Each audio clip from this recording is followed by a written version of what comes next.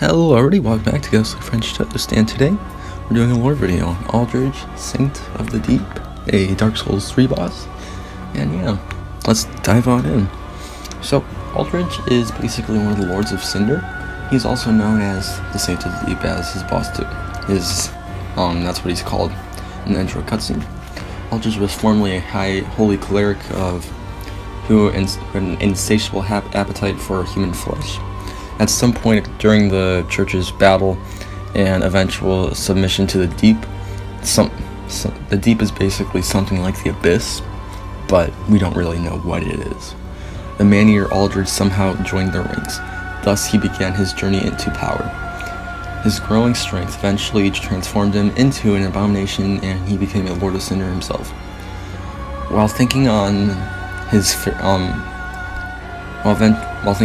the fading first flame, he began to have visions of a coming age of the deep sea, from which he found the Church of the Deep, utilizing a darkness far beyond that of humanity's, known as the Deep. That's what I saw. It's something like the abyss, from what people have been speculating. I also think the Deep is basically a branch of the abyss. It's like the abyss 2.0. You know, it's like something that's slowly coming. If they're going to do another Dark Souls game, I feel like the Deep is going to play a big role in that game. Initially, Aldrich worked to basically seal or otherwise keep the monsters at bay that spawned from the Deep. He also worked to keep foolish humans from trying to access the Deep's powers. Aldrich's visions of the age after the Age of Fire led him to seek the power to be able to travel difficult paths leading into the New Age.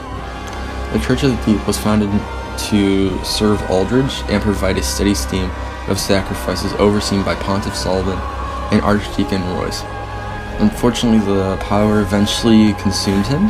The Church of the Deep appears to have become nothing more than a group that waits and supports Aldrich by burning people or bringing them to basically allow him to consume them.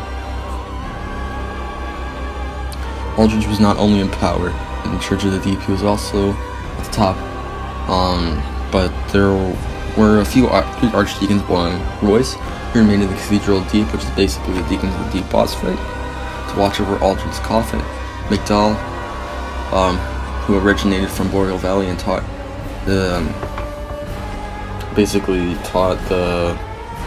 everyone the church's ways, and who left the Church of the Deep with Aldrich when he went to go to the Boreal Valley. And after Aldrich basically became the Lord of Cinder, he began dreaming of an old god and sought to devour them. Sullivan traveled with him to Orlando and managed to capture the Dark Sun Gwendolyn, who sacrificed himself to save his sister. Company Captain Yorshka, she managed to evade the captors and devoured Gwendolyn. Theories. Here's some small theories. Some people are saying that Aldrich originally came from the Boreal Valley. When we reached the coffin, it's basically an ancient fable city. The doll basically says, because the doll was with the coffin, because the doll allows you into the Boreal City, all that kind of stuff. So people speculated that Aldrich came from the Boreal Valley.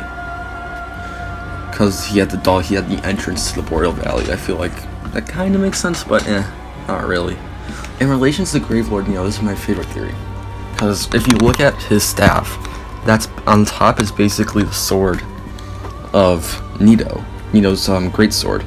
So I think that's actually a really interesting detail. Something else I feel like is really cool is that Aldrich basically what was I saying? Aldrich basically has Priscilla's scythe. He has the life scythe, and you can get that spell actually.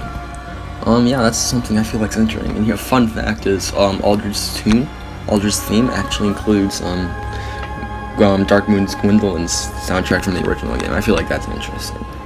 So yeah, that's it for this time. See you next time. It goes to French Toast.